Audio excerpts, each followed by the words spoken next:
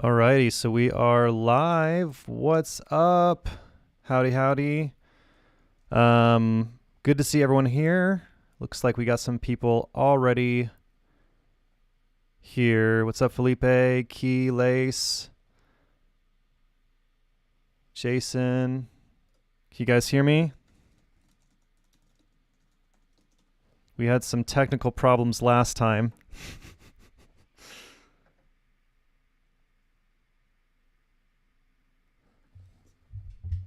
All right, so we are going to get started here in just a couple minutes.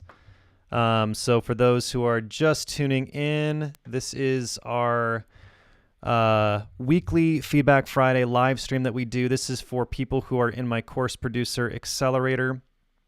We do this once a month here on the YouTube channel. We just started doing that about a month ago. So we are going to start doing this once a month. This is normally hosted in our private Facebook community just for our Producer Accelerator members. So a lot of the people who are commenting here are Producer Accelerator people. And so with that said, if you're not a Producer Accelerator member, then I would say, first of all, you can join. It's a good idea. I think most people that are here that are current members would say it's worth it. And if you use the discount code that I have here on screen, then it's $100 off, which we don't do very often. We only do this a couple times a year. But for those of you who are joining us here on this Feedback Friday live stream, you know, we like to be generous. So we're going to start in just a couple minutes. Steven, good to see you here. And we have a nice lineup of 6 producers.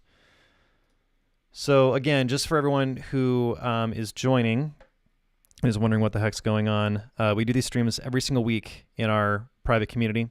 6 people can submit weekly. Anyone who's a member can submit. And then I basically am going to give feedback in this stream like I would do every single week. Nothing's going to be different. And it's going to be great. It's going to be awesome. So we'll start here. We usually start going through the tracks at about 3:03 p.m., which I know that's my time. Everyone's in different places in the world. Sultan, love from Qatar. Hello. Steven, howdy, howdy. Yeah, where's everyone from?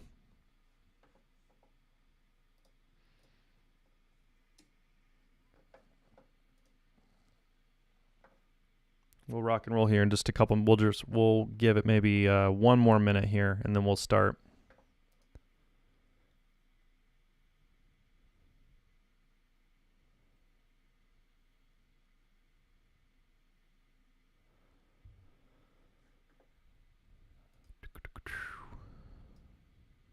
What's up, Billy? Tom, how's it going? Ian from Kenya, nice. Denmark, Fiji, howdy, howdy. That's great. St. Louis, Nigeria, cool.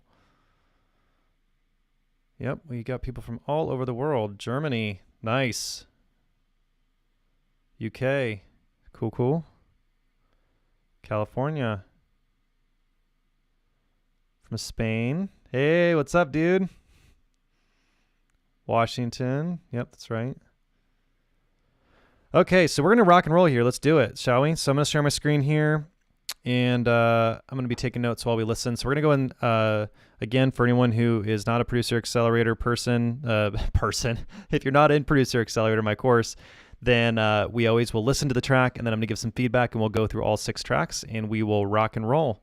Iowa, Steve, I had no idea that you were in Iowa. That's awesome. I'm in your neighboring state, Nebraska. Good job. Nice. Phoenix, sweet. Alrighty, we're going to go and rock and roll. So Steven Lampkin is first, and we are going to go ahead and jump into it. Let's do it.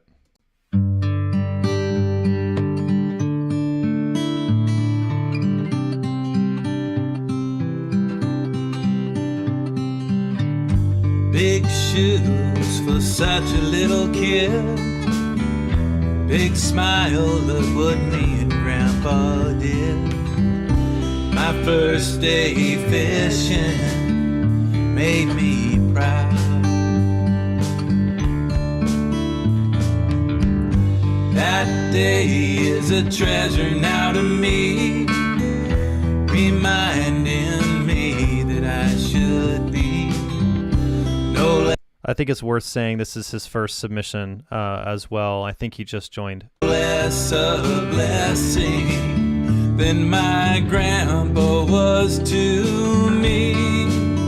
And when I leave, what will I leave behind? What will be there for my children to find? Of all I've loved and all that I believe, did I give up myself that they received? And when all that is left here of myself is a reflection sitting on the shelf, will I have lived my life that there may be the treasure of a legacy?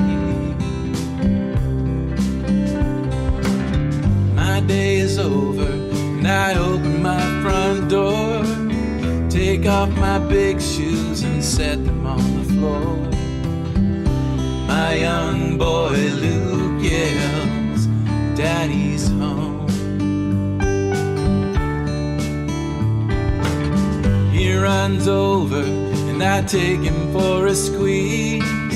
He gets down and puts his small hands on my knees, steps into my big shoes and says, I'm just like Dad with these. And I realize, looking in his eyes, there will be questions to be answered. But if I live as I've been shown, he will have answers of his own. And when I leave, what will I leave behind? What will be there for my children to find?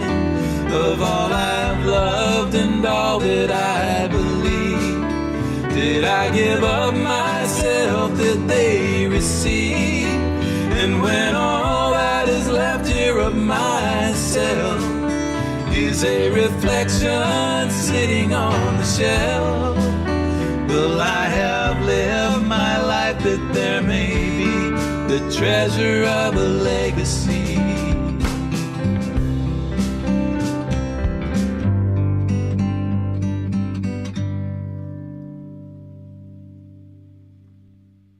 Nice. Yeah, this is a good first time submission. I know in some of the notes I think that you had shared, this was kind of a learning experience too, just like first time really putting this all together and stuff. So well done. I think there's a lot of good stuff happening. The songwriting on this is really good. I like the storytelling component of the song itself. I feel like the melodic components, the musical components are all really there. So I think the songwriting is really great. There's not a whole lot I would change on that front. And yeah, just really powerful. So love that. Love the just the almost like a little bit more of a simple arrangement, and I feel like that actually helps tell the story a little bit better too. So as far as the very first thing I would say is that this is very low, mid, heavy. So I'm getting this in the guitar, the acoustic guitar. There's a lot of competing frequencies happening with the guitar and the bass, and so this is more of an EQ thing. And obviously, whenever you're recording like acoustic guitars, this is going to be an issue because acoustic guitars, just depending on how you mic them too, they're going to have a lot of this kind of woofy kind of character going on. So I'm going to kind of show you what I'm talking about here. Let's see if you can see this. Okay, yep. So if I were to kind of boost a little bit in this, like between 100 and 200 hertz, you're going to really hear it. Big smile, look what me and Grandpa did. My first. So it's really in this range that kind of muddiness is happening. So I would be going through the acoustic guitars and make sure you're really carving that all out with EQ. So if you need help on that front, like I go a lot more deep on this in the production effects module in the course. That's one of the bigger things. And so I think overall, like the guitar and the bass, there were a lot of moments where the guitar was really overpowering the bass, and then they were kind of clashing a little bit because of these kind of low mid frequencies that are happening. So that's just something to always be aware of whenever you're recording acoustic guitar, especially when you really want that super present kind of sound with the guitar. Like you don't want to lose out on all the nice quality of the mids. So it is kind of a little bit of a balancing act between, you don't want to get rid of too much, right? But there's got to be this balance where you got to still save some room for that bass part. The drums overall, I felt needed to come up. And I think the drums themselves were just very, very buried. So just bring all the drums up. I think that's going to really help tremendously. There were some things in terms of like drum patterns that just struck me a little bit as like I don't think a drummer would really do. And that's tricky too, because obviously if you're not a drummer, then it's kind of hard to know exactly what a drummer might do and what the drummer might not do. I was trying to think of some examples. The treasure of a legacy. So like this little fill in here with a snare, that to me kind of strikes me as you were trying to do something with like the drums to kind of add a little bit of a fill in. Not that it's bad, but it hits me a little bit. Like I do play drums, and so that's just not something I think a drummer would do. And so like the way the snare kind of comes in and it's a little sporadic, it kind of seems like the velocities weren't really super detailed in terms of that snare in particular. Legacy. Yeah, so things like that where, you know, maybe doing more of a tom type fill there would feel a little more authentic overall. So it was Logic's drummer. Yeah. I'm personally not a big fan of Logic's drummer. I kind of feel like there's some things in there that I'm not a big fan of, but I think if you pull it up and then maybe kind of tweak some of those fills a little bit more and just get a little more specific and detailed on it. Drums are tough, honestly. I feel like in pretty much every single Feedback Friday live stream, I bring up drums, and drums are just super, super difficult to really get dialed in.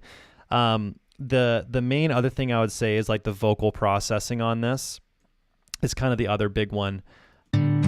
Big shoes for such a little kid. It's kind of hard to tell because obviously I'm listening to the master. It sounds to me like potentially some of the room noise is getting into the mic and causing some of these weird wonky frequencies. But it's also hard to know. It could also be some of the processing on it. I'd be kind of curious to know what this sounds like raw, without any processing, just like isolated, which obviously I know I can't do in this case here, but it sounds to me like either one, there is some room noise kind of coming into the mic, and this happens when you are not in a treated room and you're recording with like a condenser microphone. It's very easy for that to cause problems, just like reflections getting into the mic. And then when you start processing it, it causes all sorts of issues. If that is the case, then one of the ways, there are a couple things you can do. One, you can maybe work with a dynamic mic instead of a condenser, but obviously what you have is probably what you have. The second thing is that you could get closer to the mic and just make sure you turn down the interface more so that's capturing less of that room sound. If it's not the room and it's the processing, then some EQ, it sounds to me like maybe in that here. For such a little kid. Yeah, it kind of sounds like that it's maybe in that like between like 2 and 3K. I would have to kind of, again, I would probably want to see it and hear it to give you like the specific. It's just hard to tell in the master, but the vocal processing feels like it needs a little bit of work, and it's hard to tell. You've since bought a vocal shield. Yeah, that should help some. So it should help. But yeah, to me, it kind of strikes me as maybe more of a recording problem and less of a processing problem. But I think overall, if you kind of fix some of these things with the guitars, get those drums pulled up, look at some of those fills a little bit more. And then on the vocal side of things, in the mixing portion of the course, I kind of go a lot deeper on vocal processing. If you wanted to skip ahead, I don't know if you've gotten that far or not, but if you want to skip ahead and go through that, I would recommend that. So, but yeah, this is a good starting point, and I know you said you learned a lot, and that's the best thing, right? The best thing is to make as much music as you possibly can and to get the repetition in, because you're going to learn more and more as you keep going. So really well done. This is a great submission. All right, we're going to move on to Louise. Louise, are you here? We're going to go and rock and roll here. We're going to keep moving.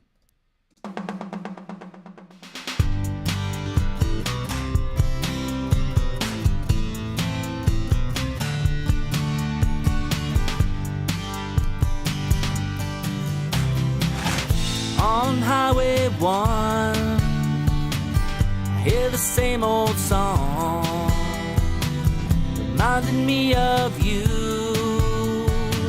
and all I didn't do. I turned the radio dial to a different style, sing you away to a different day. On another night, under the street lights, familiar drops of rain, our old forgotten lane. I turn the other way with the friend I've made, 'cause that's the price I'll pay on a different day. That's the price I'll pay on a different day. When I'm feeling down and there's no one around, I'll pour myself some wine, think about those times, 'cause that's the price I'll pay on a different day.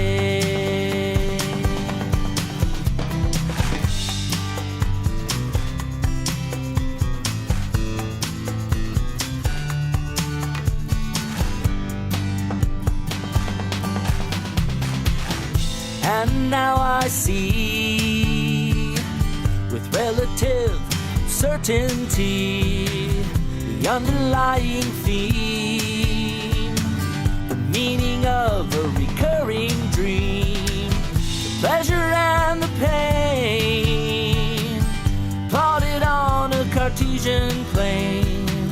The evidence remains, and even though the truth is plain, I'll abstain.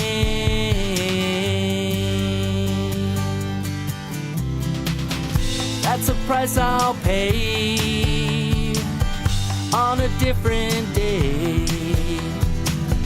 When I'm feeling down and there's no one around, pour myself some wine and think about all the other times. That's the price I'll pay on a different day.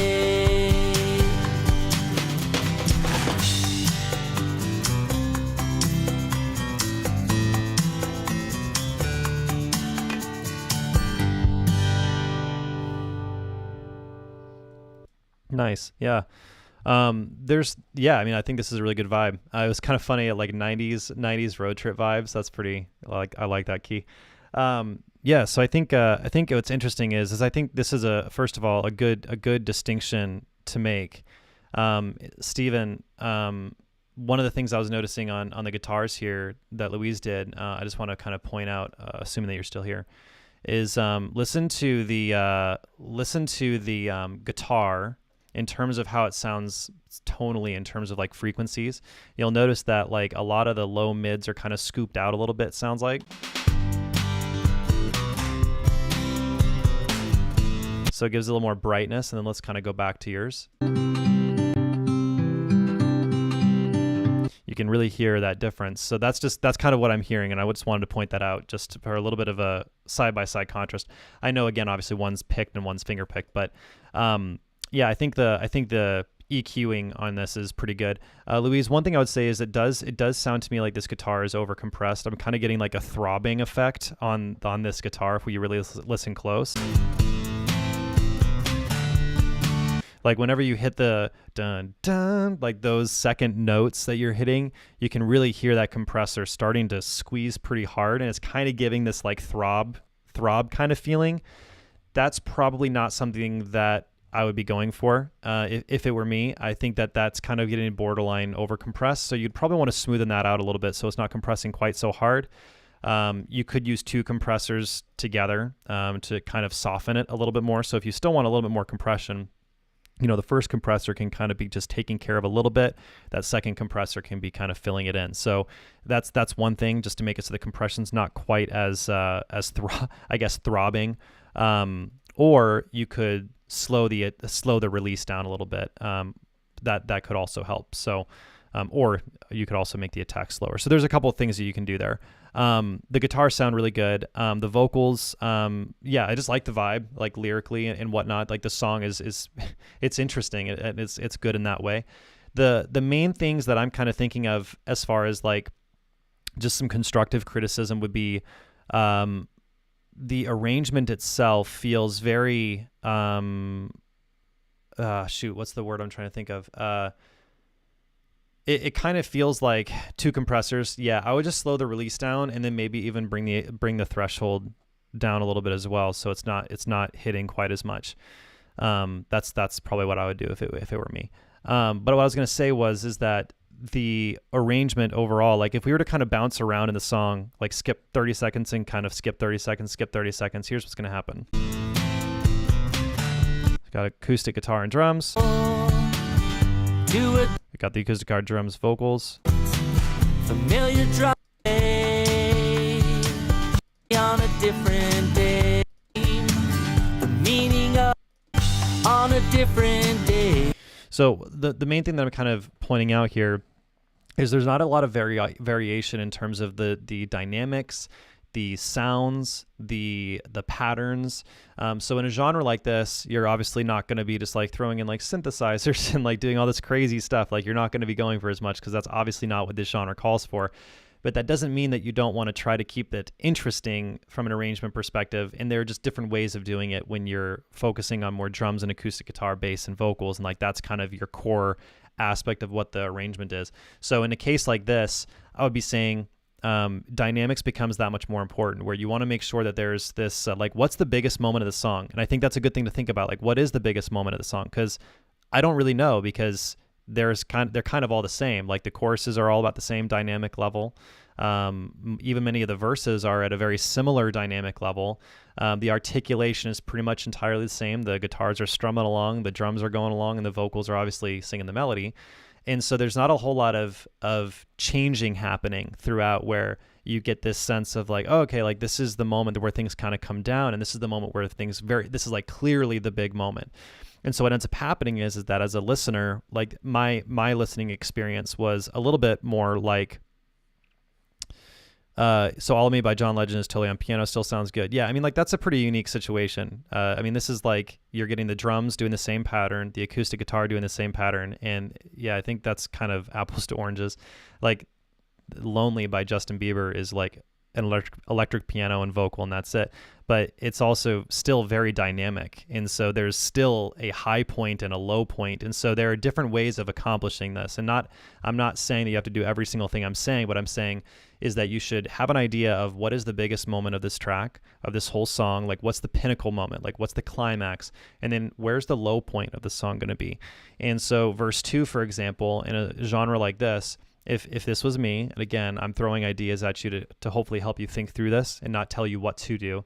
What I would be doing is probably going for more of like a palm muted thing in verse 2, bring it down a little bit. The drums are still kind of groovy, but like more palm muted, but it's kind of a little bit more like kind of sucked in, and then open it back up for that chorus, and then the bridge or whatever, go in somewhere different. So I think the main thing is thinking through how can you contrast what's happening even with the same instrumentation. Like folk music is not going to have like a super diverse instrumentation where it's like throwing all these different layers and all this crazy stuff in there, right? Like it's going to be, your guitar, drums, bass, whatever, kind of all doing the same like that, but it's still going to be, how do I change what the guitar is doing? Like the pattern that the guitar is doing. How do I change the pattern of what the drums are doing? Those types of things. I hope that makes sense. The other thing is that I noticed the vocal seemed like at the beginning here, it seemed panned a little bit, like pan left. Hear the same old song. So you're going to want to make sure you get that in the center. So that's kind of the main thing. I would say just get that right in the center. Like lead vocals should always be in the middle. They should never be panned. I think even like adding vocal layers is like another thing. I think I could kind of hear them, but they were really quiet. And then there weren't like, the vocal production itself, or from like vocal arrangement perspective, like one of the ways that in a genre like this that you could signal the big moment dynamically is vocal production. Like add more vocals, like add doubles and layers and harmonies and do some bigger stuff vocally. Like you did some things, but even taking that up another layer where, you know, if you want to bring something down, then like having just one vocal, bringing the rest of it down, changing the pattern on the guitar, the articulation on the guitar. So anyway, I'm just throwing a lot of different ideas at you because again, I'm not going to try to tell you how to do this so much as try to give you some thoughts and ideas for ways that you could do it and some principles, I guess, that are kind of more guiding principles. One last thing I'll mention, looking at my notes here, just making sure I'm good here. Okay. There were two last things. One, I think the bass guitar needs to come up. There were a couple moments I even wondered if there was bass, and I can tell there is, but it's just very quiet. So I think to bring that bass up, like when you think about the tier of a mix, like you're gonna have your vocals on the top, and in this case, I would probably say drums and bass, and then guitar. Like I actually think that's the thing where so many people kind of get a little bit backwards when they're mixing. They mix in such a way where like the instrument, like the guitar, is almost like it's more focal than drums and bass. And that's typically not how music is mixed, just broadly speaking. I'm not saying never, obviously, like there are always going to be exceptions to the rule. But I would definitely bring the drums and bass together up. Bass certainly needs to come up, just to make it so that you're really holding everything down in the low end. And then the last thing is drum related. And that was, there are a lot of crash hits. I was kind of noticing it sounded like here. Well, I'll kind of even go to where I picked it up. Just like listen to how often the crash kind of comes in. And there's when I'm feeling down, and there's no one around, I'll pour myself some wine. Think about. So you're doing these crash hits like every other bar. That's not probably what that's probably not what a real drummer would do. A real drummer is going to hold off on those probably every 4 bars, maybe every 8 bars, just depending on the tempo and stuff like that. So in this case, I'd probably say like the most you should be doing it is maybe every 4 bars, but every 2 bars is just, it starts to kind of feel a little bit repetitive. And so that's just another one of those ways you can kind of contrast. So the crash needs to be more of a signal of like, and now we're repeating this chord progression, or now we're kind of repeating this moment and we're getting back into it, as opposed to something that happens like every other bar. So there, boom, just threw a ton at you. This is good. Like none of this is to say like this is bad. I think there's a lot of good stuff here. Like the foundation is really good on this. I think it's just, what are some ways that you could dynamically push this? What are some ways that you could take this and bring those drums and bass up, and then make those drums, doing some pattern, doing that. I think that's a pretty detailed thing, just making sure you're not overdoing that. So if you have any questions, Louise, just drop them in the comments. The comments are always like 30 seconds delayed on these live streams, which really bothers me. But if you have any questions, let me know. But we're going to move on because we have 4 others and we are already almost like half an hour into this thing. So we're going to keep rocking and rolling. So we're going to move on to Felipe. Good job, Louise. We're going to move on. Felipe. And it's kind of cool because Lace is singing on this as well, I guess. And then Lace is the next one. And then I think Felipe might be singing on this one, or I think so. So anyway, they collaborated, even though this is not like they didn't co-write, I don't think. So they just kind of had each other sing on it, which is kind of cool. Here we go.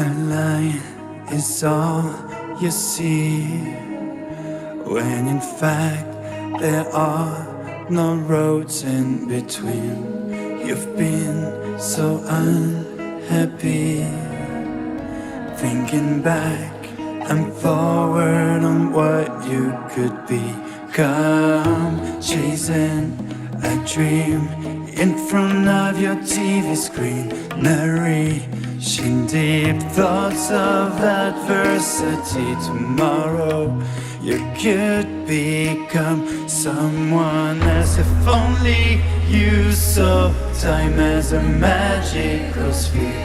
You could be who you really wanna be here. If only your heart would be lighting in the sun. Let go and ditch all of your meaningless fears.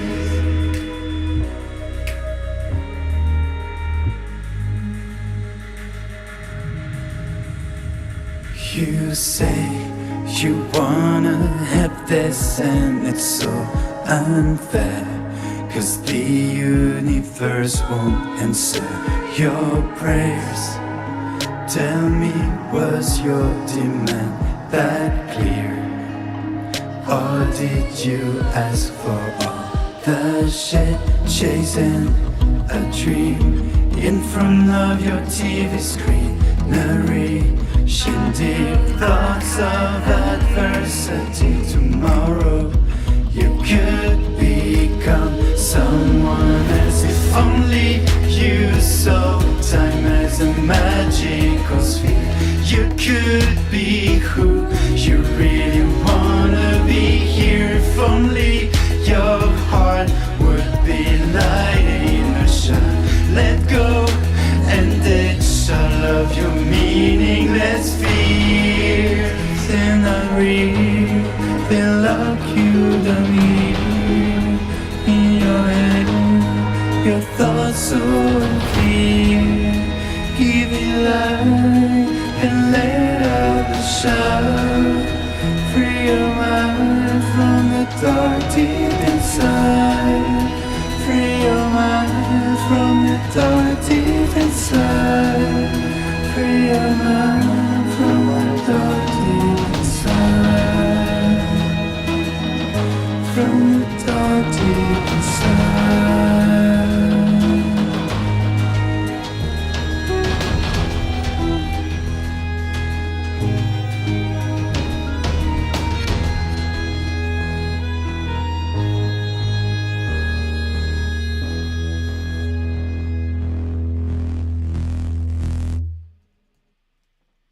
Wow. That is, Felipe, I feel like every time you submit, I am like, just, wow, that's pretty good. As far as one of the questions, yeah, the songs are submissions from students of mine in Producer Accelerator. So if you wanted to look at that, you can do that. We have the coupon code at the bottom here. And I have a link in the description if you wanted to check it out. Wow. Musically speaking, just like the songwriting, the arrangement, the composition, like it was really, really good. So interesting throughout the whole thing. I feel like there was not really a whole lot of stuff in there that I think arrangement wise wasn't working. I feel like everything was working super good arrangement wise. You were changing things up, like the colors kept changing. You kept introducing new things. It's like, 3.5 minutes just flew by. So there was just a lot of really cool stuff. I was writing down multiple different things. Like I love the fact too that you kind of go in like verse 2 with almost like a more electronic kit. At this and it's so unfair, 'cause with the kick and the kind of rim snare-ish kind of sound. And then later on you do more of those like cinematic tom heavy percussion. That's really good. Just so much of this though is fantastic. And then that little melody thing at the end was so haunting.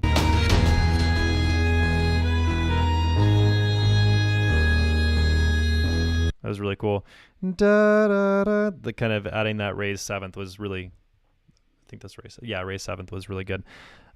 Really, really enjoyed it. The palm muted guitar, the way you use guitar. I also really like that a little later on here. I think this is a really good illustration of actually changing the arrangement where like you kind of do this chorusy thing, the chorusy moment, if we're going to call it that, but go a little more heavy on the guitar. Would be lighting a shine. Let go and ditch all of. Like it changes the emotion, the feeling compared to everything else. So I think that was really good. So anyway, just saying there's a lot of really good stuff. I'm pointing these things out too because I think it's good to learn from like someone else who is a little more advanced, because Felipe, I would say, is one of our more advanced students. So a lot of really good stuff happening arrangement wise, and it's very obvious to me that like arrangement and composition is where you feel most comfortable. So that's really cool.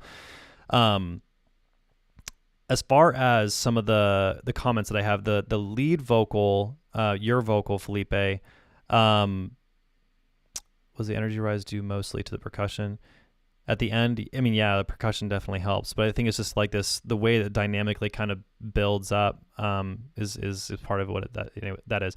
But just as far as like getting into some more like, I'm not gonna say like criticism so much as just like constructive feedback in terms of some things I think you need to look at. The first thing is the lead vocal. I think EQ is one of those things that you're probably gonna want to reassess on this vocal. There were some things, and it's hard to tell if maybe some of this was in the mastering, because mastering can do some funky things too.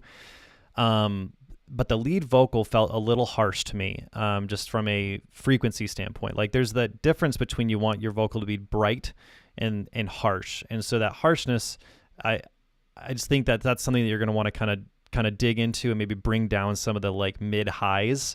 Probably be, let's kind of your meaningless fears in the yeah, that's kind of what I was thinking. It was like in that 2,000 to 3,000 range. So like 2 to 3K, I'd bring some of that down the vocal. And then there's some like low mids too, I feel like, that were maybe a little bit heavy on the vocal, that maybe needed just a little bit more looking at.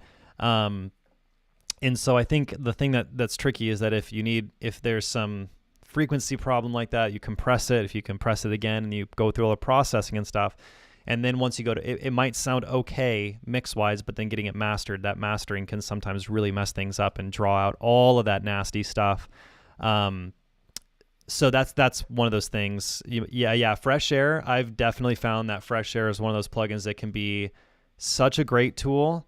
But if you overdo it, oh my goodness, it can cause so many problems. So Fresh Air, that could be, I mean, just take a look at it and see what happens if you turn it off and on, and just that's going to give you a really good indicator on how much it's actually hitting it.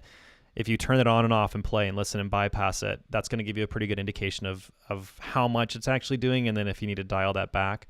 But it sounds to me like, yeah, it's very possible. I found Fresh Air to be one of those very few plugins that it's like, it sounds awesome if you use it right, and if you overdo it even a little bit, it can just absolutely ruin stuff.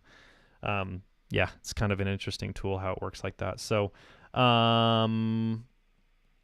yeah, overall, the track felt a little bit on the bright side and a little more like bright, like high, mid, heavy. So as a whole, I do not think it would be a bad idea for you to apply some mix bus EQ to shape out the entirety of this, to draw out some more of the mids by doing some really wide cutting here. In your head, your thoughts so clear, give it light and let out the shadow, free your mind from the dark deep inside, free your mind from. So you might want to just kind of go through and I'm doing these very subtle boosts and cuts. So just like essentially, excuse me, you're not going to want to do like sharp stuff, and you also don't want to be doing dramatic stuff. So you don't want to be like boosting by 5 dB or 4 dB or anything like that. That's going to cause issues more than likely. And you also don't want to be cutting by 3 or 4, because then you're going to be scooping out a lot of stuff that you really don't want to scoop out. So it's more about like getting this whole thing to sound a little more balanced. But right now it just sounds a little lopsided on the highs. So you just want to kind of balance that out a little bit. So if it were me, I would probably be applying more like mix bus EQ to accomplish that, because, you know, I think once you fix the lead vocal, the other thing you might have noticed is as I was doing that, it was causing some weird stuff with the lead vocal. And that is why, because that lead vocal, I think, still just needs to be treated a little bit differently. Lace sounds awesome on it. I mean, no surprise there. So you guys blend very well together. I'm trying to see if I was gonna comment on anything else. I think the vocal is really the main thing, and then just the overall the mixing on the mixing front with the EQ, I think, is the main thing that you need to kind of take a look at. So sweet, this is good, very, very good. Well done. All right, we're gonna do Lace. and Lace featuring Felipe as well. So there we go. Let's do it. Yeah, Evanescence vibe. That was good. Yeah. I feel like Felipe and I are like kindred spirits a little bit because we both kind of have that cinematic pop kind of pull. So awesome. Okay, let's do Lace. Here we go. On the other side of the world. So Felipe is you're in Finland, right? Oh my gosh. Yeah, I'm pretty sure Finland. And then Lace is in Brazil. So other sides of the world. Here we go. So many memories won't fade away. In my heart you will always stay. I try to fight, deny the fact that you're gone. Beneath my blankets, blinking blames and bemoans. I didn't have a chance to say my goodbye. I hold you, hoping you wake up, or will I? So many memories won't fade away. In my heart you will always stay. And from beyond you still find your way to make me believe we're okay. I wish that I could find words to tell you about all your strength that is still in me as when we were two. With covered eyes I'll learn to walk through the fog, guided by the sound I hear on the corridor. So many memories won't fade away. In my heart you will always stay. And from beyond you still find your way to make me believe we're okay. I remember the lyrics you misheard, and all the old songs that you always sung. Sorry for the times I've made you wait. All the late nights, all the heartaches. So many that's great. memories won't fade away. In my heart you will always stay. And from beyond you still find your way to make me believe we're okay. Love never dies, love never dies, love never dies, it never dies.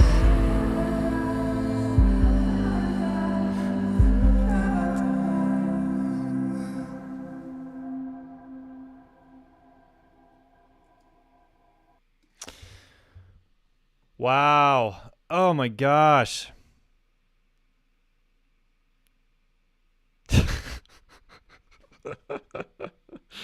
Lace, you kill me. Come on.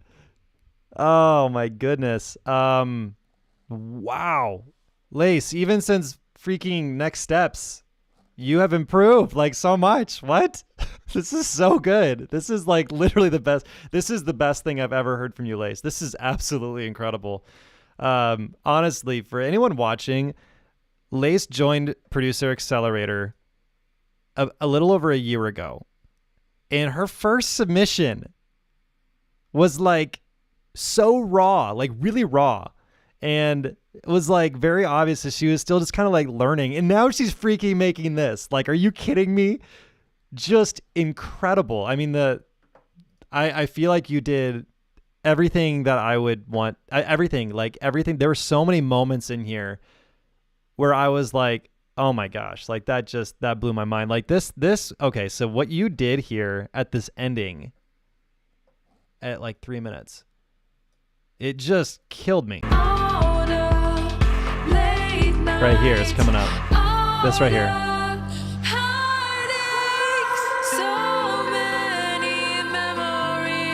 That was so intelligent. That was so freaking smart.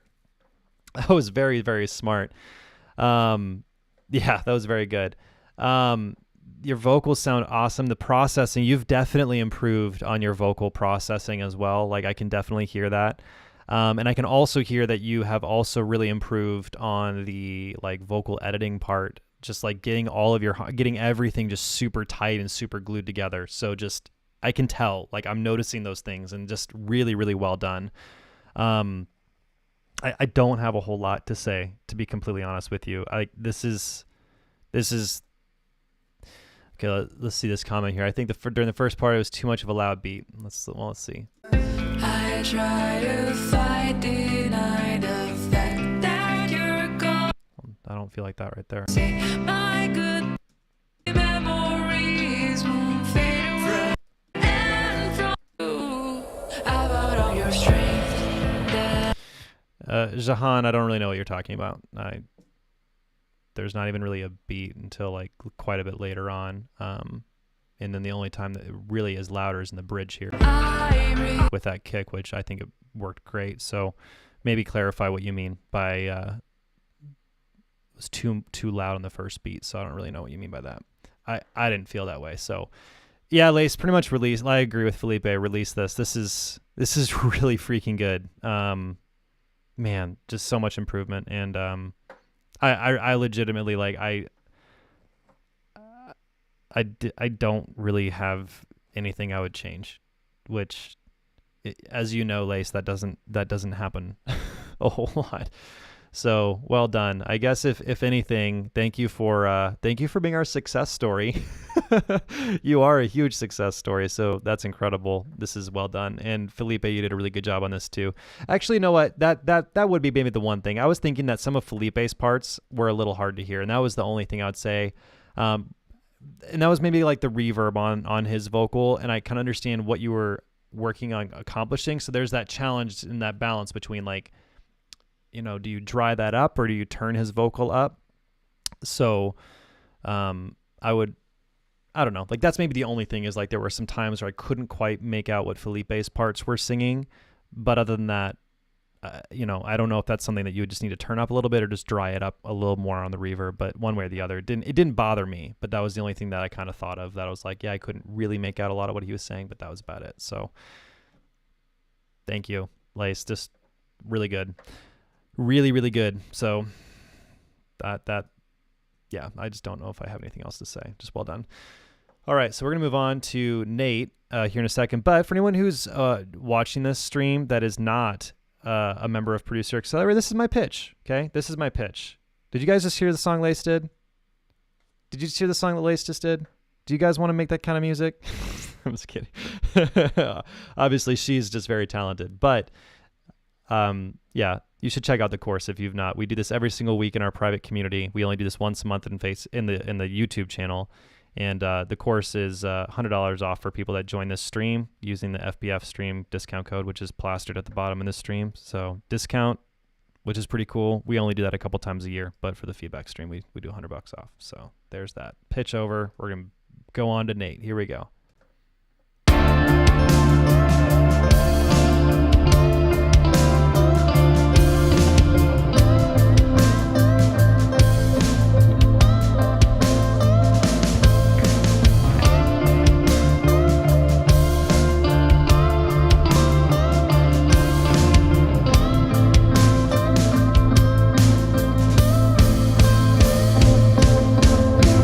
chilling in my mind all day. Couldn't get out of bed, had to find a way. Had to come up with the purpose to define myself worth is a mere my own shortages and a past defined by burdens. There's a life led with character, so don't build walls, don't make barriers for others to have to tear down. Just cause your life sucks, you feel like a clown. Just remember this all becomes a memory.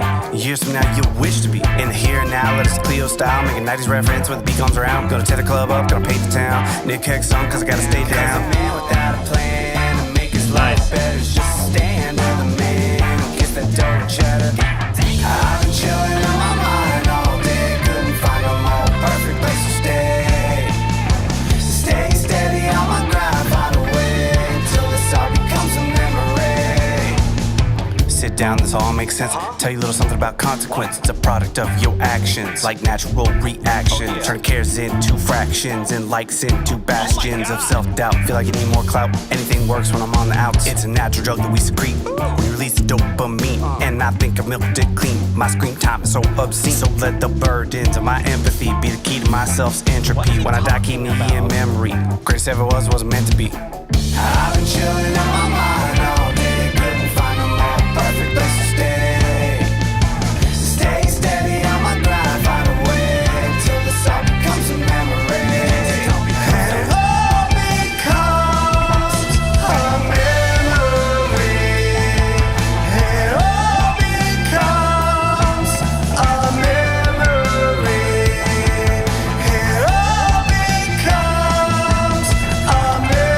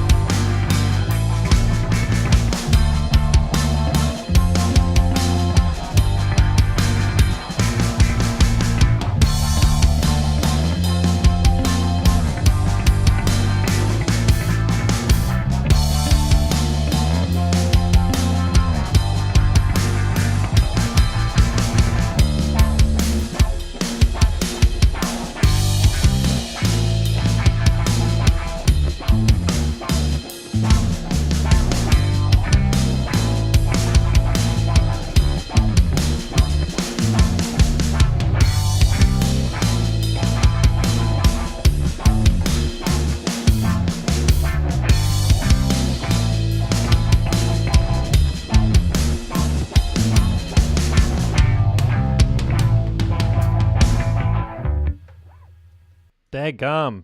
Freaking Nate. What? This was another one of those ones that I was, man, I'm pretty sure you submitted before, and this sounds quite a bit different than what I've heard. So, dang, there's some really sick stuff in here. Like, this is really cool. This is a vibe. Like, this is a jam. The drums and bass sound really darn good. Like, honestly, the drums and bass sound quite nice. Very well done on that front, Nate. So, I don't know. Is Nate here? I'm not seeing Nate. I'm guessing maybe he's not. Excuse me. He's not here. Thought I'd maybe seen something about Nate in the group saying he wasn't going to be here. So, yeah, just the rapping part, like really, really good. Like I can't do that. Like I couldn't do that anyway. And like just well done on that. So really good on that. And then the chorus, like I love the transition into like a more of a melodic chorus for sure. The ending was kind of felt long. Like it struck me as a little bit strange that you ended with like what felt like was going to be just a quick little interlude. Like the way, okay, let me go back here. So like to 2:40-ish, somewhere in this ballpark.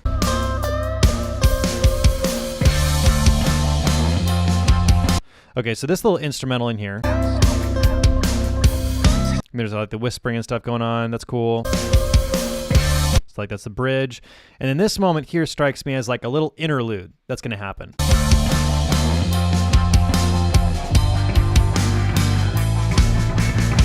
But then it keeps going, and then that's like essentially this is the start of the outro. That struck me as a little bit weird. I was really wishing that you were to come back to that chorus, and that seems musically to make the most sense would be that you would go from that bridge, maybe do this little jam sesh thing that you do for a while, but then get back into the chorus and then finish out on the chorus. I'm not like against breaking convention either. So I don't want people to be like, oh, like, you know, you can break the rules. Like, one, like, they're not rules, but there are conventions, and there are some more or less some guidelines, I guess, that kind of help us understand how we listen to music and what we expect. And I think the average person is going to expect a chorus at the end here. That's what I was expecting. And so when this kept going into the instrumental, actually the note that I made is I would cut this in half until I realized, oh, interesting. This is like actually the outro of the whole song. This is where the song is going to end. So that's like the one big kind of blaring thing to me that is most obvious that I would kind of point out, is that I think that it would have been nice to end with the chorus and then maybe end with a little bit of a jam at the end or something, or fade out the chorus, do a little bit of a shout thing, or do this kind of jam sesh thing during the chorus and kind of layer it on top. You have all sorts of cool options to make it so that you kind of end with a bang. But that was kind of the main thing, was kind of wishing that you would finish on the chorus. On the other side of things, let's see. Oh yeah, so this intro, I would cut this intro in half. That's the other thing too, is just I think it was like 20 something seconds before we ever got vocals. I've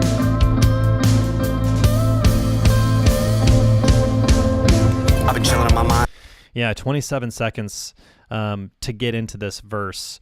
That's kind of long if you think about it. Like, I'm not against longer intros. My perspective is, if you're going to have a longer intro, there needs to be a really good reason why. And that's not just, it's a fun jam before we get into it. Like, you know, if you're having an intro that's maybe starts a little more ethereal and there's like true musical development happening, you're introducing ideas and things are happening that like are going to really make a difference. Yes, great. Have a longer intro. But I would probably say, like, cutting this and getting into the vocals sooner. Like, I tend to be the type, and again, some of this is personal preference and some of this is just more of like looking at this from the perspective of industry standard. You want to get into the vocals sooner than later. That's pretty well standard in terms of a production of this nature. So if it were me, I would be trying to cut this maybe in half, to where you're getting the vocal maybe 15 seconds in or 14 seconds in instead. The intro is really cool, and I really like the vibe at the beginning. It's just it's a little bit loud. The one thing I would say on the drums too is this kick is really snappy. Like, the kick's really cutting through, which is a good thing. Like, just listen to the kick. And if you're listening on like a computer speakers or like iPhone or something, you're not going to probably be able to hear this, like what I'm talking about. But if you're listening on monitors or headphones, you will. That kick has a nice snap on it, and the kick has a nice snap on it, which is really nice. It does have the low end, which is good. So this is why I'm not going to tell you layer up another kick on here. I don't think that's necessary, but I do think that you could EQ this kick to have a little bit more in that 60 to 80 hertz range. Just a little bit, just a little extra thump on it would be nice, just to kind of complement the higher frequencies in that like 1 to 3K that we're getting.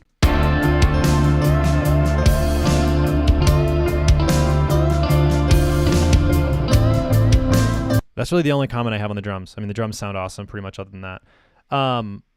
Let's get into vocals. When the vocals do come in, it is a very stark contrast in terms of the brightness of the vocal compared to the rest of the track in a way that I think needs to be tamed. Had to find a way, had to come up with the purpose to find myself worth. So I would really be taming that down. It's like borderline harsh on the brightness side.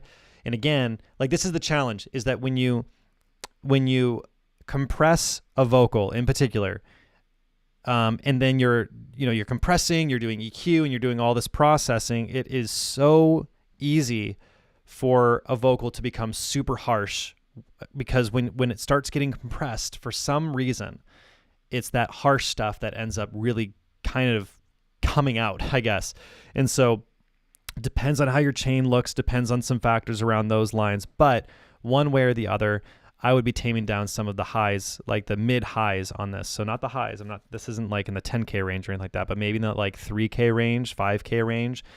I would just be cautious. Like, if you're boosting in some of there, I don't feel like you need to. That's something that I think a lot of times I do end up boosting that stuff, and it ends up happening a lot on my vocals in particular, just because I found that I have a darker vocal, like when I sing. So I've noticed that I have to do that more on my own vocals. but it's something you just need to be very cautious about. I think it is easy to overdo it on the highs because you're like, well, I need to make it bright. You just need to keep in mind, like, your vocal is there's a lot of space for the vocal in this instrumental, at least when things just start to come in. We'll kind of talk about that here in a second, the chorus, because I think in the chorus it gets a little messy, but there's already a lot of space for the vocal, so you don't need to turn up the crispness on the vocal at this point to make it cut through. I think that taming it down and having it sound a little more natural is good. The compression can get a lot of the stuff done that needs to get done. I had to find a way, had to come with the purpose to find myself worth this. A mere mile shortage. Yeah, I think that's just the big thing. That was like one of the biggest things that I was thinking about when I was listening to this, was just the vocal processing. On the chorus, let's kind of skip ahead.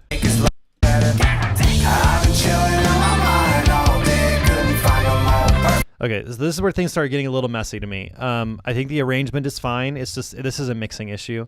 I don't say that a whole lot, do I? This is a mixing issue. So to me, this is getting to a point to where it seems like there's not a whole lot of clarity on what the focal point is mix-wise at this point. So when I play this, when I'm listening to it, I'm kind of feeling like, okay, we got the lead vocal, then there's like this lead guitar thing that feels as if it is just as important as the lead vocal. It's kind of verby and spacey. Then we got the drums and the bass that are pretty loud as well, and the vocals are loud, and everything's kind of loud. And at this point, it starts to feel a little bit like getting cluttered because there's not this very clear distinction. This is why, like, in the mixing portion of the course, I talk a lot about, going about mixing in a tier-like fashion, right? Like, you need to have a focal point. That's going to be vocals. Then your next thing and your next thing and your next thing, and you're mixing in terms of tiers. And some instruments can share a tier, but typically you're going to want to have that vocal on the very top. That pretty much needs to be the main thing, especially on a track like this. And then you're going to have like your drums and your bass. They're going to share that second tier, and then that third tier is probably going to be that electric guitar. So that's where I think this electric guitar needs to come down, and then maybe you need to pan it a little more so that way it kind of has a feeling of this, like, hey, it's this like extra thing that's going on, but this isn't like the main thing. This is creating some space. This is giving us a sense of space, but it's not getting in the way. I've been chilling in my mind all day, couldn't find a more perfect place to stay. Because like the vocals are in the middle, the guitar is in the middle. So if you start utilizing some panning, get that guitar panned off to the right or something like that, and then, turn it down just a smidge, I mean, not a smidge, maybe more than a smidge, and just make sure you've got room for it, and make sure those vocals are very clearly sitting on the top. That's the big thing here. Stay steady on my grind, find a way until this all becomes a memory. And the vocals are still bright here. It doesn't hit me. It doesn't strike me as bad, but I think maybe that's context. But I feel like the vocals just need to be hovering a little bit more. Like whether that means turning everything else down in relationship to the vocals or bringing those vocals up. I don't know how much headroom you have, but it would probably, in my mind, it'd be turn everything else down a little bit and then start with the perspective of, okay, let's get these vocals sitting right, and then get that guitar sitting a little bit more right, and then you're going to be in a better shape. Overall, like though, your drums and your bass sound really solid together. Like the bass sounds fantastic on here. I really do think that. So there's a lot of good stuff happening. That the track is sick. Like I'll just say that. Like this is a really cool track. So there we go. What's up, Simon? Good to see you. Hope you have a good evening. Alrighty, cool. So can a fade in and fade out work? Rod Tech asks. I'm assuming that might be related to the end of the track. I mean, yeah, you could do a fade out. I mean, you could do that. I'm just still thinking the main thing that I said was ending with the chorus, or at least adding that chorus at the end is kind of the big thing. So whether or not he wants to fade that out is up to him. Cool. All right, we're gonna move on to key. We're gonna move on to key. Here we go. Well done, Nate. That was overall very good. I think if you fix some of those things, it's gonna sound even better. All right, here we go. तू कहे तो संग चलूं तेरे सफर. Nice. तू कहे तो कर दो जग तेरे ही नाम. तू कहे तो संग चलूं तेरे सफर. तू कहे तो कर दो जग तेरे ही नाम. जग तेरे ही नाम. जग तेरे ही नाम.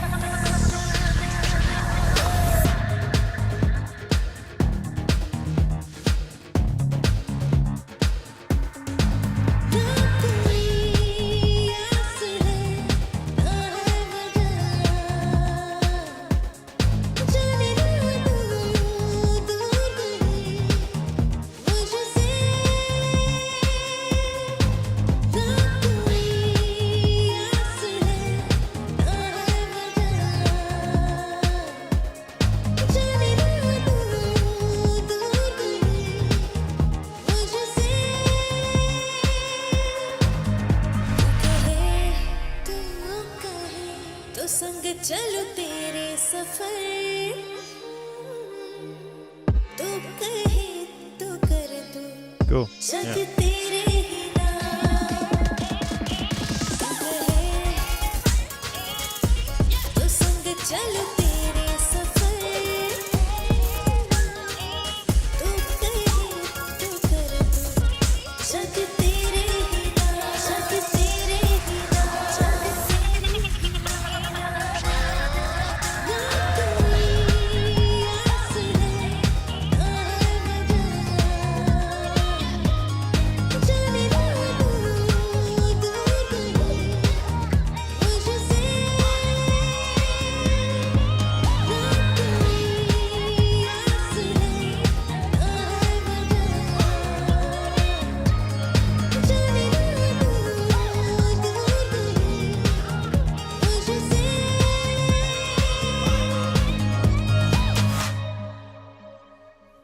Wow, that was really cool, man.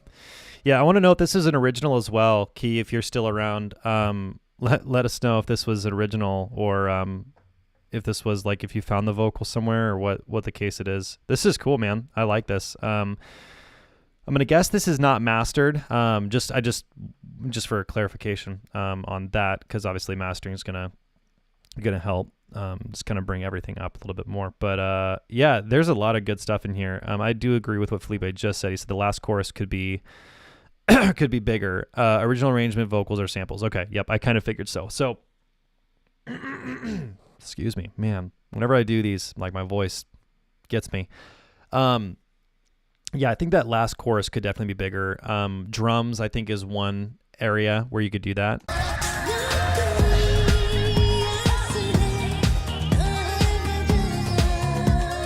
The other thing I was noticing is so you have the bass kind of going, you got the kick, snare, all that stuff. That's good. But there's not a whole lot of happening in the kind of like mid highs and stuff. Like that's more sustained. And that's like the thing that I think would be a good thing to add, whether that's like some sort of like a pulsing pad or some sort of like keyboard part that's a little more sustained. Like right now, like we're getting this kind of like groovy thing in the low end with the bass and everything. And then there's like the sitar. I'm guessing that's what it is. I'm not the most incredible at knowing those instruments. I'm guessing that's kind of the type that anyway, that guitar type instrument. Like showing my ignorance in some of this stuff. Anyways, that obviously has like a string kind of sound to it, right? And a very unique kind of texture, a unique tonal characteristic. So I think that the one thing that's missing is sustained pad-like type stuff. And I think one of the best ways you could get this last chorus feeling bigger is by doing some super wide pads that are pulsing with the kick. So side chained or, kind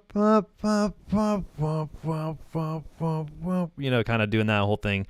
See you later, Alexander. So that is definitely, boom, nailed it. So yeah, that's like one of the big things I would probably be telling you to do, and make sure you get it sitting pretty not like hot obviously, but like sitting it pretty good in there. Like there's just a lot of space. I feel like there's a lot of room to just add some stuff.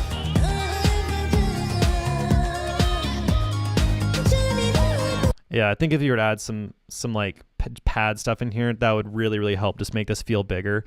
Like the low end's pretty much well taken care of. You got the sitar kind of taking all that higher stuff. I think it just needs something in the middle, and then maybe even just like some sort of a you could do some sort of a additional layer of something, doing more like chords. Whatever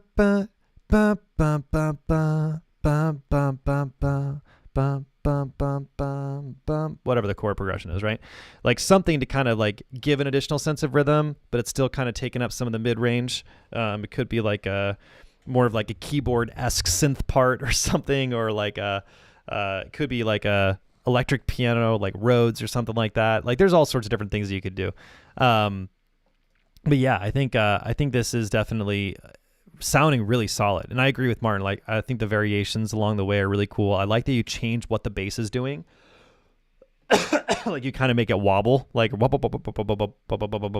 then other times that was a horrible demonstration. But then other times you're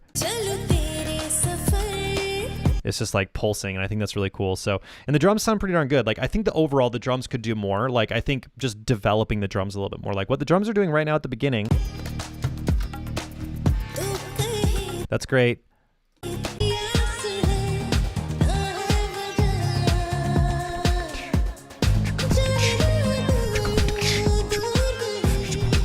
Like just something like that to kind of just give us an extra little something groove wise to go through. Oh yeah. So here's a thought too on the bass. Thanks for mentioning the fuzzy sub bass in saturation, because I made a note here. I think this bass here, like when you bring the bass in at like 40-ish seconds, bro, get that saturated, get some distortion on that guy. Come on, bruh. No, but seriously, like some saturation, some distortion, nothing crazy. Please do not put like overdrive. Someone record. Hey, we are recording the live stream, Key. So go back and sample me. I dare you. I'm kidding. Or do. Just make sure you send it back to me, and I want royalties. I'm totally kidding. So yeah, I would definitely recommend that you add some saturation or distortion on here. Thermal's awesome. Decapitator's awesome. Even just adding some overdrive. Just don't be like putting guitar pedals on it. Just don't do that. That probably will not sound good. But I think adding some of that on there. Thermal is such a good plugin. Like Thermal really is so good. Right. And then there was another comment. I made another note here. This is why I make notes, guys, because if I don't make notes, then I'm like, oh wait, what did I forget? I don't know what I'm saying.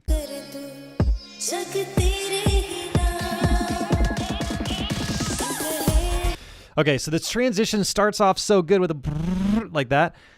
It just feels like by the end of the transition, it just didn't quite do it. Like it didn't quite have it great. Like this transition starts out so good where I'm like, yes, here we go. And then it kind of just didn't hit quite how it felt like it needed to. So I'd work on this transition, add some more reversed elements, like layer multiple reversed elements.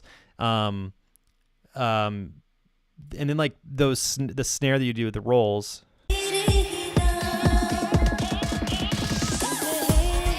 Yeah, it kind of feels like it feels like they didn't quite what am I trying to say? It doesn't feel like it quite like followed through with that snare. And then I think the rise on it, like you need to just like make sure you fully commit to it, you know what I'm saying?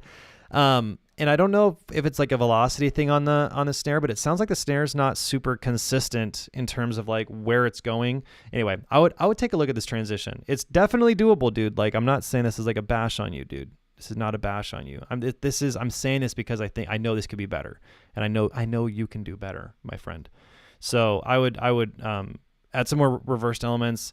Maybe add some riser stuff, and then make sure that the landing point on this too is good.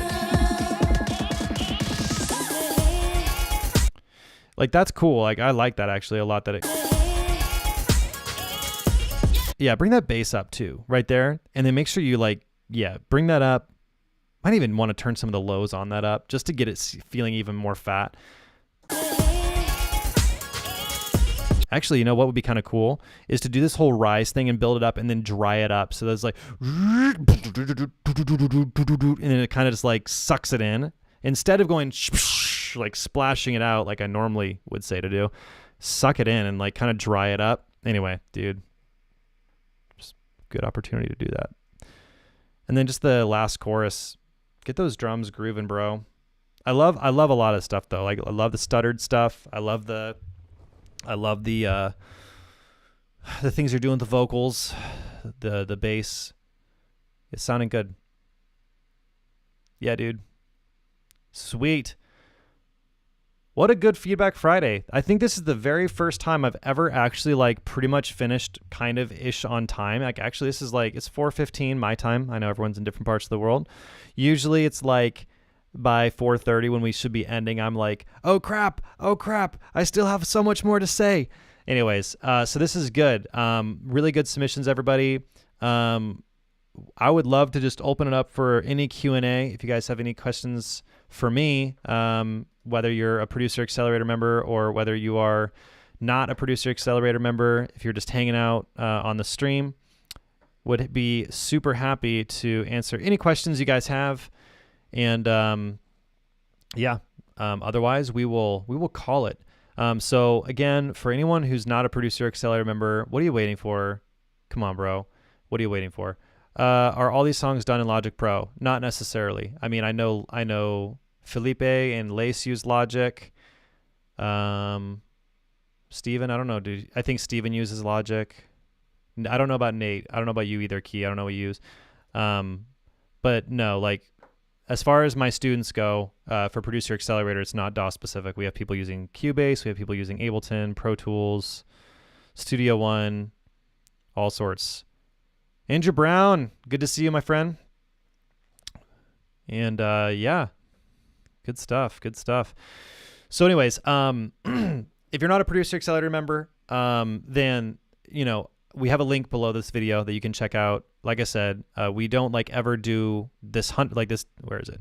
This, I can't see. This discount right here, the $100 off discount right there. That's not something we do a whole lot. We only do it maybe a few times a year.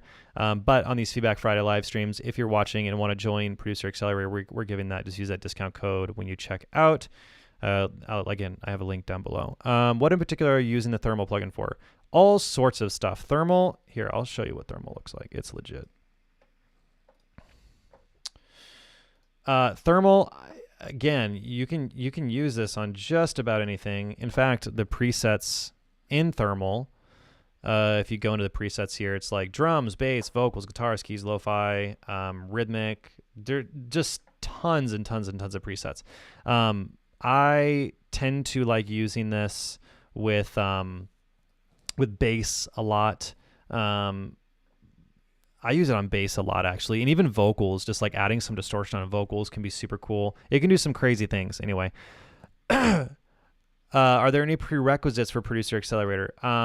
More or less that you are familiar with your digital audio workstation. So if you're brand spanking new to producing, we're actually in the middle. I'm in the middle of working out a kind of more of a beginner level course. It's called 14-Day Music Producer. We're gonna be launching that in about a month, and it's gonna be significantly more affordable than Producer Accelerator.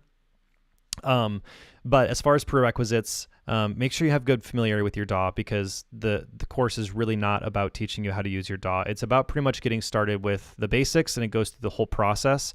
So we do cover the basics in the course, but I would say most people would probably agree, once you get past the basics, that's really more about getting you to an intermediate and advanced level. So I would just say, if you've been producing for, I don't know, depending on how fast you learn too. I've known some people who've only been doing it for 6 months who have grown really stinking fast. But I would just say, make sure you're comfortable with your DAW. How to record. You've maybe recorded a couple songs, but then after that, I would say you're pretty good to jump in. But again, if you're more at hey, I'm really just getting started and I'm trying to still learn a lot of the basics more or less. I'm working on building finishing out our 14-day music producer course, which will be out in, next month. Came from Ice. Have you worked with Ableton? Once or twice. I don't own Ableton. I'm actually planning on probably buying Ableton sometime this year. Yeah, what Peter just said about it's work at your own pace, so you can pick it up and then start working more deeply when you're ready. For sure, I agree with that. Out of the people that submitted today, Lace and Felipe have been in it for over a year. I think Louise has been in it for almost a year as well. So 3 of the 6 people that submitted today have been a part of it for literally over a year. So if that says anything too about just some of the engagement within it, I think that speaks pretty well. How many courses do you know that people buy that a year later they're still engaged and they're still active with it? So we have a lot of people, even some people who are here on the stream that didn't submit, that I'm pretty sure have been in the course for 6 to 12 months. I would say that's not super typical in most courses. So, and a lot of that is because I don't want to just be pat myself in the back, but we care pretty darn deeply about our students. Any other questions, thoughts, comments, concerns? It could be production related. It could be, Lace, you the OGs. I'm pretty sure you and Felipe literally joined in the first week of launching the whole thing in January of last year. How much will the beginner course cost? We're thinking probably about 150. Producer Accelerator is 500. We'll be doing when we launch it, we'll be doing it for $97. We'll probably sell it for $97 for like a week, and then it'll go up to $149. So, yep. Like I said, quite a lot more affordable than Producer Accelerator. Yeah, Peter, that's right. You've been in it for a long time too. Oh, thanks, Felipe. I love you too. I love all you guys. My people. Timo, 5 months. That's right. Dang gum. Time flies, friends. Time flies. It's incredible. Sweet. Anyways, well, hey, here's the thing. Last call for questions. 1 minute. If we don't get any more questions in 1 minute, I'm not just going to sit here and look pretty for you guys.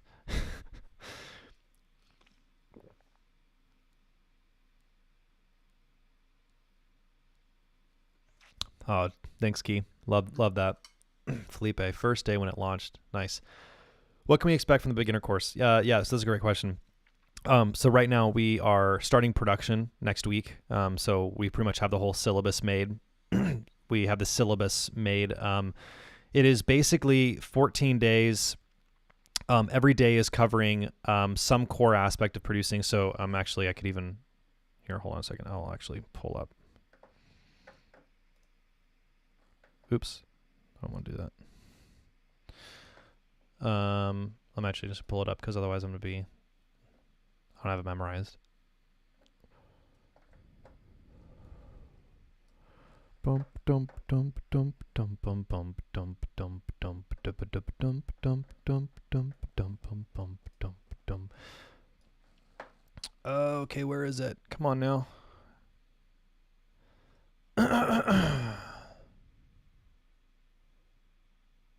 Martin, I love that. Sorry, I'm looking up the course like syllabus for you. Yeah, so day 1, gear fundamentals. Day 2, recording fundamentals. Day 3, MIDI fundamentals, performance fundamentals, songwriting fundamentals, production fundamentals, basically how to produce a track start to finish. So walking through the actual process, arrangement, starting a new production. Day 8. So basically here's how it works. Days 1 through 7 are focused on teaching more of the principles and concepts that you need to know to get started to actually start producing. Day 8 through 14, I'm actually producing a track, and then you're getting assignments to produce your own track as well, and you're basically following the structure that I'm following. There you go. Pretty simple. So it's going to cover all of the basics. And then it's going to touch on many things that we touch in Producer Accelerator, but at a much, much more basic level. And then Producer Accelerator is where basically if you can go through 14-day producer, music producer, and you walk away from that like, wow, this is really good, then Producer Accelerator is like the advanced version, essentially. Key, you asked if I have a Stream Deck. No, I do not. I have... I don't have a physical one, but I have the iPad. I have an iPad one. I'm not using it right now, but I do have an iPad one. I do have an ATEM Mini, which is the switcher. Unfortunately, I've had just one. I've had a heck of a time using it. It's been actually incredibly frustrating. It's not wanting to work with my gear. So that's kind of poopy because I got this, like what I'm using right now is just a webcam, even though I have like YouTuber over here. I have like really nice camera equipment and can't use it because when I try to use it with my Stream Deck, it just gets super laggy, even though that's like the literal reason I got it, which is super frustrating. But I'm sure I will get it working eventually. It's just not been super high on the priority list. So came from Ice. Is this course live? No, it is not live. Like I said, we are still in the production process. We're launching it next year, or not next year, this April. We're launching it next month. It'll be launched in about a month. Are your students using a home studio setup or professional? I would say none of my students are in a professional setup. It is entirely home studio producers. Yeah. So yeah, the came from Ice. It depends on which course you're referring to. If you're referring to Producer Accelerator is live, and it has been for like well over a year. If you're talking about the 14-day music producer, that course is not live. That course is, like I said, we're starting to actually produce it next week. and then it will be up and rolling and live and selling in like a little over a month. So there's kind of a lot of work that goes into making a course like that, as I'm sure you can imagine, which even getting it done in a month is like really freaking fast. So Martin, milk and cookies on me for the 1-year anniversary. Am I invited?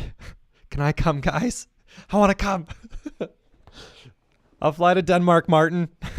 I want to go anyways. My family's from Denmark. I want to go. That's awesome.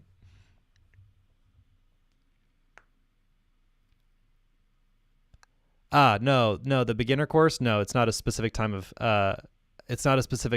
time of day. So the 14 days, it's like you can go at your own pace, and it's not like when you go through the 14 days, once you're finished, it's not like you lose anything. It's not like you lose anything. No. So it's 14 days because I'm trying to structure it in a way where it's like, you know what day 1 is, day 2, day 3. If you need to take longer through it, then you can take as much time as you need to go through it. And you have lifetime. We're doing lifetime access, so it's not something that you'll like lose after 14 days or anything. You can always go back.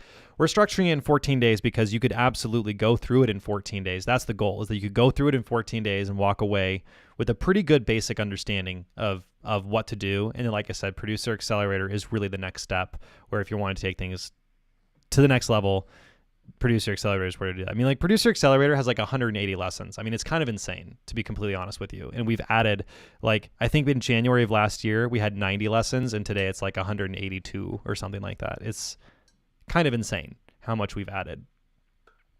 And we're adding more. Like, it's kind of ridiculous. I don't think anyone in the court, let me just put it this way, I don't think anyone in Producer Accelerator feels like we under-deliver.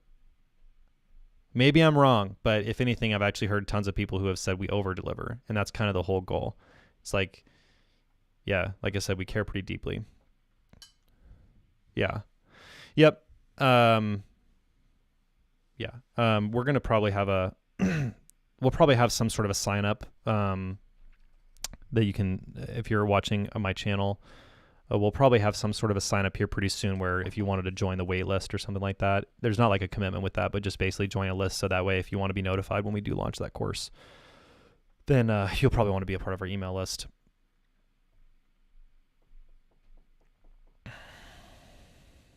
Boom. I love that.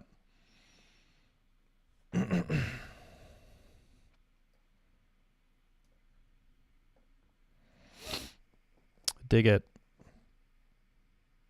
Tom, thanks for the Logic Pro tips. Sure thing. Oh, speaking of Logic Pro tips, next week I'm planning on launching a literal Logic masterclass on my YouTube channel, and it'll be totally free. It's going to be the most in-depth Logic video I've ever done.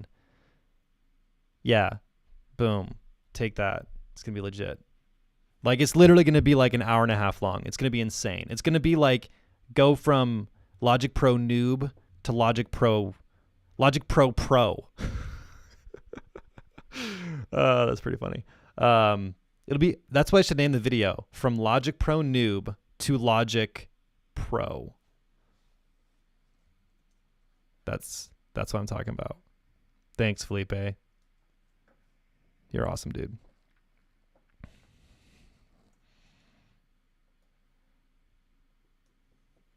Thanks, dude. You guys are so nice. None of these people are paid, by the way. I'm not paying anyone to say this. It's like, oh, these guys are plants. I'm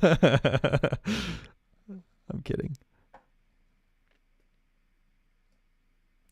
Okay, cool. Well, unless we have any other comments, questions, or whatever, we're gonna wrap this up. It was fun hanging out with you guys, as usual. And for Producer Accelerator people, we will see you next week in the private community. Pro, bro. Yes. Logic Pro. Become a Logic Pro, bro. Homie, bruh. Logic Pro Ultimate Max. There we go. That's what I'm talking about.